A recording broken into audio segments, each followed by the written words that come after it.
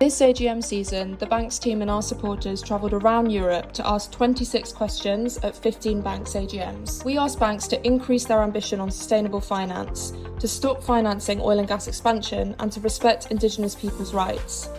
Here are 3 key takeaways from the season. Banks say governments aren't doing enough to decarbonise, but behind the scenes they're lobbying against sustainability regulation.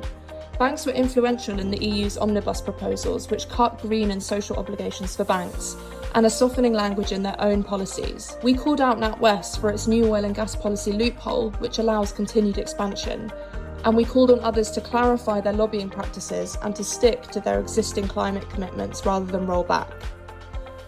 AGMs are becoming less accessible or attempting to silence affected communities. At HSBC's AGM, Patience Nabukalu from Uganda and Avril de Torres from the Philippines, who we helped access the AGM, were almost denied the chance to speak until campaigners protested. At BNP Paribas, our NGO statement was cut short, and another Global South activist was denied the chance to ask his question.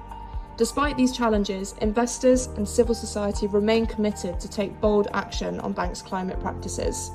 34 shareholders representing over $1.75 trillion came together to sign on to one or more investor-backed statement, which we read out at HSBC, Barclays, Standard Chartered and Credit Agricole's AGMs. At Barclays, climate scientist Professor Ralph Toomey questioned the bank on its continued financing of fracking expansion, and ex-director of Fuel Poverty Action, Diane Skidmore, called for a renewable power target to help the UK secure a cleaner, cheaper energy system.